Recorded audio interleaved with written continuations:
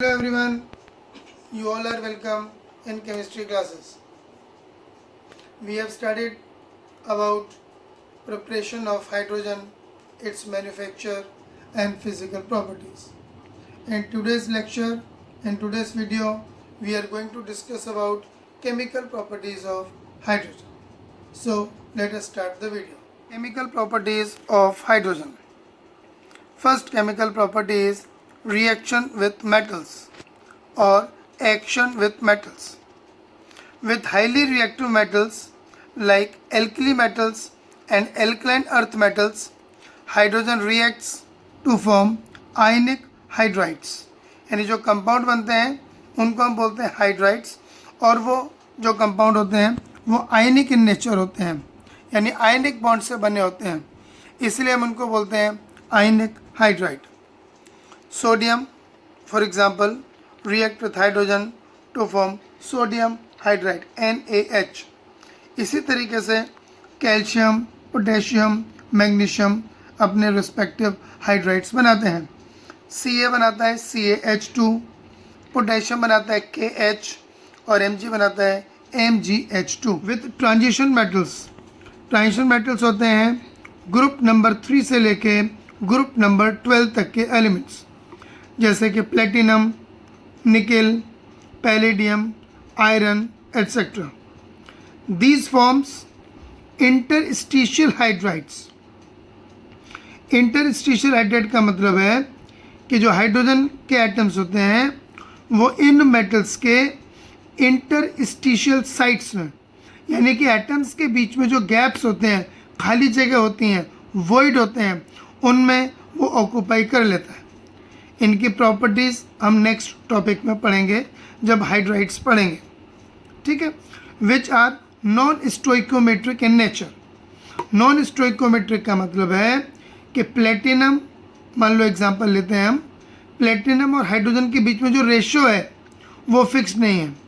Nickel और hydrogen के बीच में जो रेशियो है वो फिक्स नहीं है, यानी कंपाउंड की फॉर्म में नहीं है, वो एक तरीके से सॉल्यूशन की फॉर्म में है, मिक्सचर की फॉर्म में, जिसमें कि ratio between metal and hydrogen variable होता है.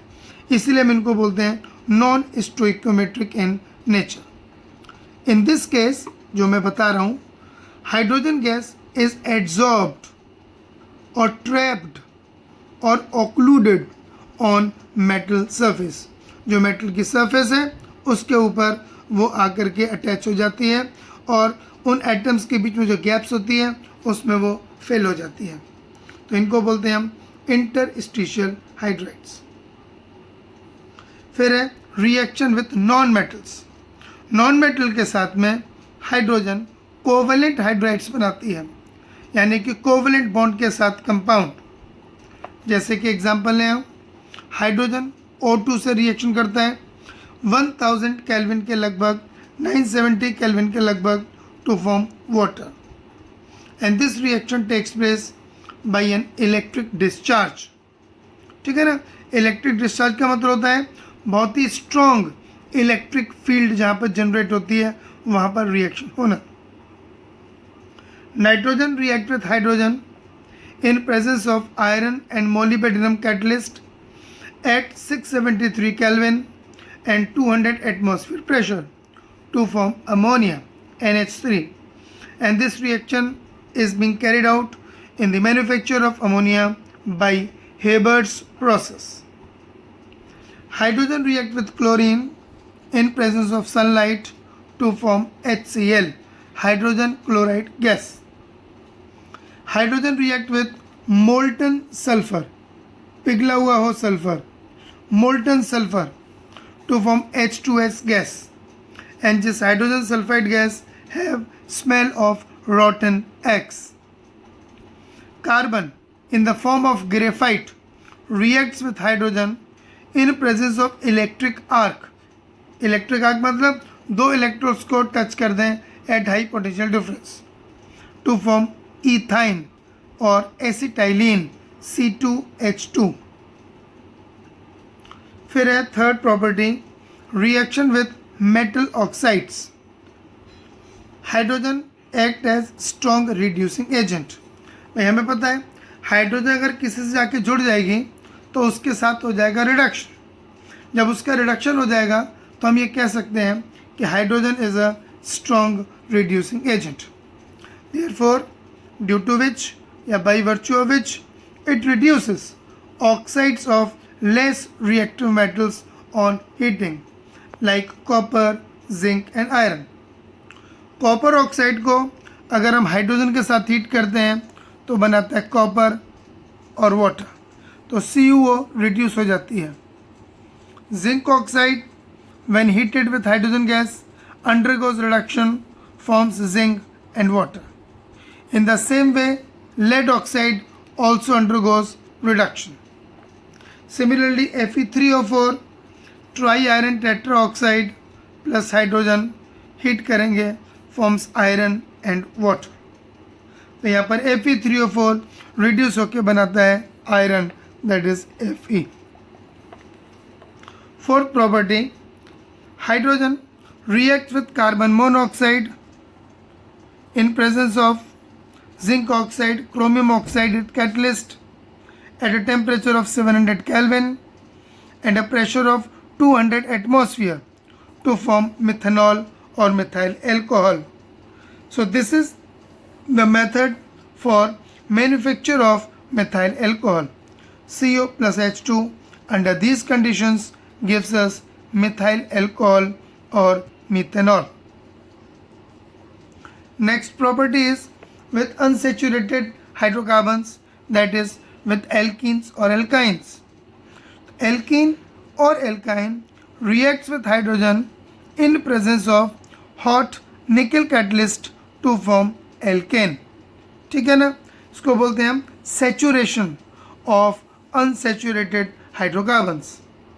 तो this chemical property is being utilized in conversion of vegetable oil into vegetable fat.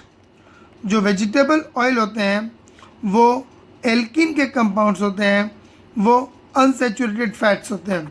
तो जब इसमें हाइड्रोजन गैस पास करते हैं निकल कैटलिस्ट के प्रेजेंस में तो वो बन जाता है वेजिटेबल फैट, जिसको हम बोलते हैं वनस्पति घी।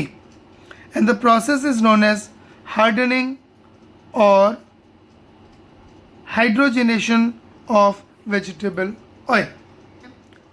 यूजेस ऑफ हाइड्रोजन, कि हाइड्रोजन डेली लाइफ में कहाँ कहाँ पर यूज़ होती है। नंबर 1, एज रिड्यूसिंग एजेंट, हमने एग्जांपल पढ़ लिए, lead oxide, zinc oxide Fe3O4 को रिड्यूस करता है। सेकंड, इन मैन्युफैक्चर ऑफ वनस्पति घी, जो मैंने अभी बताया, hardening of vegetable oil. In making synthetic petrol, synthetic petrol is artificial petrol. Actually क्या होता है कि जो पेट्रोल है वो हाइड्रोकार्बन ही हैं, तो हाइड्रोकार्बन्स बना सकते हैं हाइड्रोजन की रिएक्शन कार्बन से करा करके, कोल से करा करके। तो artificial method to prepare petrol hydrogen से बना सकते हैं। In manufacture of ammonia, in manufacture of methyl alcohol, HCl, urea etcetera, ये कंपाउंड्स की मैन्युफैक्चर हाइड्रोजन से होती है। It is used as rocket fuel, rocket में हाइड्रोजन फ्यूल की तरह यूज़ होता है एलोंग विथ लिक्विड ऑक्सीजन, जहाँ पर हाइड्रोजन जो है वो लिक्विड ऑक्सीजन से रिएक्शन करके वाटर बनाता है, और ये रिएक्शन बहुत ज़्यादा एक्सोथर्मिक होती है, and that heat, that pressure which is being developed is used to move the rocket from the earth. In producing oxy hydrogen flame, यानी कि ऑक्सीजन और हाइड्रोजन गैस को मिला करके हम फ्लेम प्रोड्यूस करते हैं, उसको बोलते हैं हम लोग oxy hydrogen flame, which is used in welding purpose. It is used in fuel cell to generate electricity. Fuel cell is a device which converts chemical energy of fuel directly into electricity. तो जो fuel cell सबसे popular है वो है H2O2 fuel cell, जिसको हम बोल सकते हैं बेकन सेल, ये भी नाम है। तो उसमें H2 और O2 मिलकर के इलेक्ट्रिसिटी जनरेट करते हैं। तो ये हो गया uses of hydrogen. Next topic is nuclear spin isomer of hydrogen molecule. H2 molecule के भी आइसोमर होते हैं। आइसोमर कॉन्सेप्ट आपने 10th में पढ़ा है। कंपाउंड्स के बारे में था कि having same molecular formula but different structural formula. तो यहाँ पर हाइड्रोजन एक मॉलिक्यूल है H2। अब इस H2 में 2 एटम है हाइड्रोजन के। अब उन एटम हाइड्रोजन के जो न्यूक्लियस होते हैं, उनकी जो स्पिन है, उनकी जो रोटेशन है, उसके बेस पर आइसोमर है। अगर आप यहाँ पे 2 फिगर देखोगे ध्यान से, ये न्यूक्लियस है डार्क स्फीयर और ये एटम है पूरा का पूरा, एक He है एक He है। तो इस मॉलिक्यूल में दोनों हाइड्रोजन एटम के जो न्यूक्लियस हैं वो एक ही डायरेक्शन में रोटेट कर रहे हैं और इसमें ऑपोजिट डायरेक्शन में रोटेट कर रहे हैं। इन्हीं को बोलते हैं nuclear spin isomer. Nuclear spin यानी कि मॉलिक्यूल के जो एटम है उनके न्यूक्लियस की स्पिन। तो अगर कोई मॉलिक्यूल ऐसा है, a molecule of hydrogen in which the spins of both the nuclei are in same direction, इस तरीके से, then it is called as ortho hydrogen. अगर हाइड्रोजन मॉलिक्यूल के दोनों हाइड्रोजन एटम के न्यूक्लियस एक ही डायरेक्शन में स्पिन करते हैं तो हम उसको बोलते हैं ortho hydrogen. And if the molecule of hydrogen in which the spins of both the nuclei are in the opposite direction, then it is called as para hydrogen. यहाँ पे देखो, ये क्लॉकवाइज स्पिन कर रहा है और ये एंटी क्लॉकवाइज कर रहा है, तो इसको बोलते हैं para hydrogen molecule. The difference in properties. अब एक बात और, जो आइसोटोप्स होते हैं उनका एटॉमिक नंबर सेम होता है, नंबर ऑफ प्रोटॉन्स और इलेक्ट्रॉन सेम होते हैं, तो उनकी केमिकल प्रॉपर्टीज तो लगभग सेम होती हैं, लेकिन फिर भी मास नंबर डिफरेंट होने की वजह से कुछ प्रॉपर्टी में चेंजेस होते हैं। उसी पर बेस्ड है the difference in properties of different isotopes of hydrogen due to difference in their mass number is known as isotopic effect. यानी कि हाइड्रोजन और ड्यूटेरियम की केमिकल प्रॉपर्टीज सेम तो होंगी बट नॉट आइडेंटिकल। मतलब nature of compound form same होंगे but the chemical reaction में take place at different conditions in different rate. So we can say the isotopes have similar chemical properties but not identical. So this difference in the properties is termed as known as isotopic effect. Next topic is hydride. Hydride वो compound होते हैं दूसरे element के जो hydrogen से मिलकर के बनते हैं, यानी binary compound of hydrogen with other elements are called as hydrides.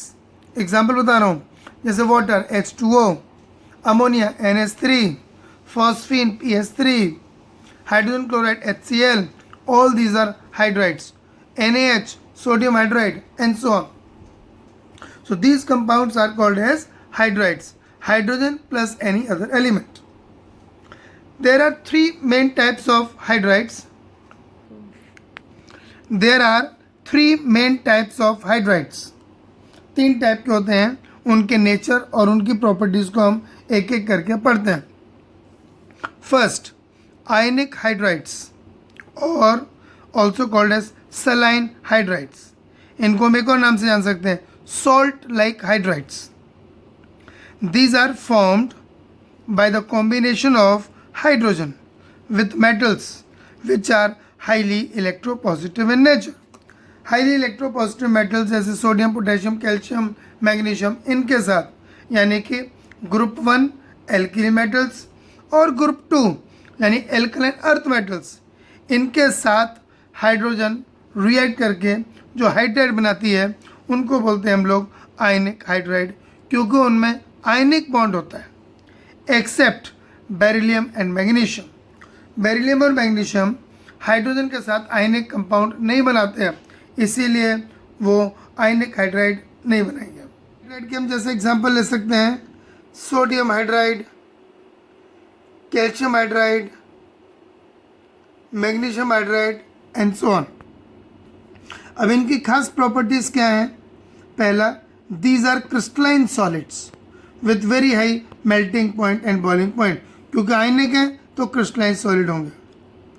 These conducts electricity in their molten state, यानी कि क्योंकि आयनिक कंपाउंड है तो मोल्टन और डिजॉल्व स्टेट में ये इलेक्ट्रिसिटी कंडक्ट करेंगे। And during their electrolysis they liberate hydrogen gas at anode, मैंने स्टार्टिंग में बताया था।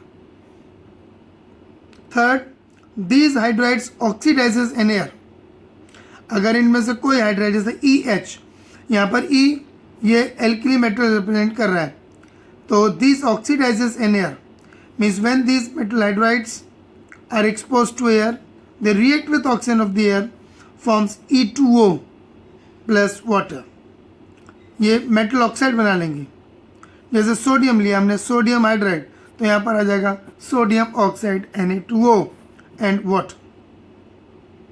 Fourth property, these are hydrolysed by water, यानी कि पानी के साथ रिएक्शन कर लेती हैं और मेटल हाइड्रोक्साइड बनाते हैं, और ये रिएक्शन हाईली एक्सोथर्मिक होती है, तो एक्सप्लोजन के साथ रिएक्शन होती है।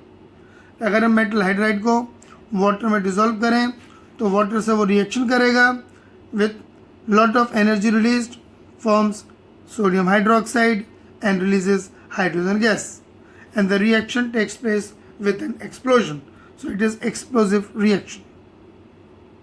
Next property is these are strong reducing agent, क्योंकि आयनिक हाइड्राइड हाइड्रोजन प्रोवाइड करते हैं दूसरे सब्सटेंस के लिए, so these are strong reducing agent.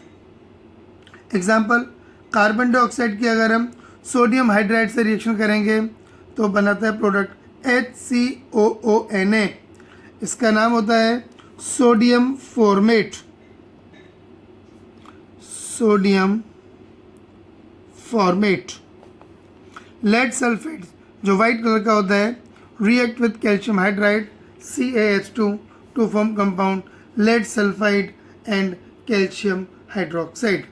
So this is the general characteristic properties of ionic hydrides. तो हमने जो है आयनिक हाइड्राइड्स की कैरेक्टरिस्टिक प्रॉपर्टीज और उसकी डेफिनेशंस पढ़ ली हैं, साथ ही में हमने न्यूक्लियर स्पिन आइसोमर्स पढ़े। जो बाकी के दोनों टाइप के हाइड्राइड हैं वो हम नेक्स्ट वीडियो में पढ़ेंगे।